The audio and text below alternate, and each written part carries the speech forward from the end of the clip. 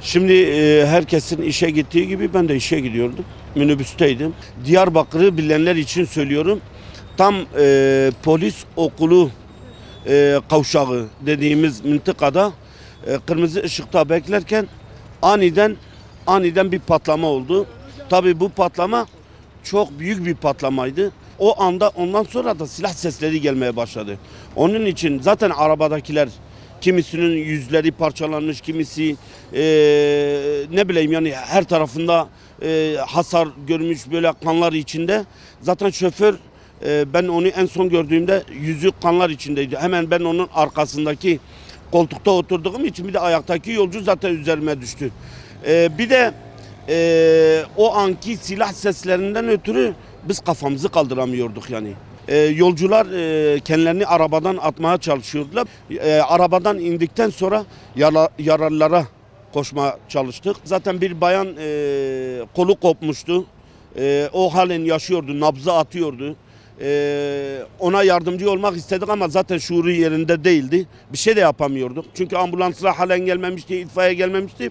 Bunun yanında onun yanındaki bir beyefendi ise o ekst olmuştu, yani ölmüştü. Daha sonra baktık ki hemen az ileride, bir 10 metre ileride de bir duvarın dibine, hani duvar yıkılmıştı bir bayanın üzerine. O ise paramparça olmuştu. Yani sağlam bir yeri kalmamıştı yani. Gezdim, yaklaşık olarak bir 500-600 metre ilerideki dükkanların bile camları kırılmış, dükkanlar perişan olmuş. Yani büyük bir patlamaydı. Alt sokaklar, hep binalar hep çöküldü.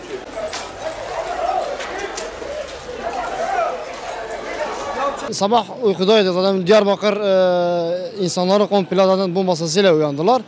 Ben dedim belki deprem oluyor falan. Kalktık bir baktık deprem falan bir şey yok, hiçbir şey sallamıyor. Ondan sonra elbisemi giydim, sokağa koştum. Millet dedi patlama olmuş. Valla patlamaya doğru geldik. Yani o sese kendimi doğru algıladım ve geldim baktım. Hiç kimse yok zaten, cesetler hepsi yerde enkazın altında kalmış. Ondan sonra yardımcı olduk, çıkarttık. 2-3 tane de biz çıkarttık, yani ben kendi elimle çıkarttım. Ondan sonra biz geldik burada millet vardı, yani millet çoktu, geldi. Ondan sonra millet geldi, şey yaptılar. Onlar da yardımcı oldular. Yani onları çıkarttık, ambulansa falan geldi, millet toplandı. Yani gördüğünüz gibi Diyarbakır şu anda harabeye dönmüş.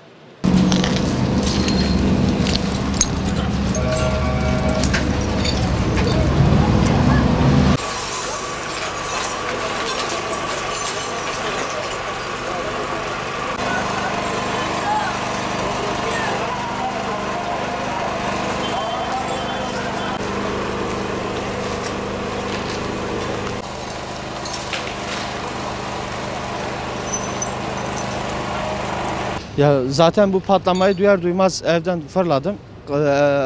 Burada çalışan arkadaş aradı beni. İşte abi hemen yetiş diye, buralar toz duman diye. Camlar döken hepsi indi aşağı diye. Koştuk işte, taksiye bindim. Patlamanın olduğu yerde indim. Oradan artık araç geçmiyordu. Koşarak geldim.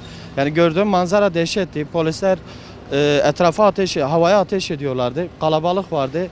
Yaralılar vardı. Daha yeni ambulanslar geliyordu o tarafa.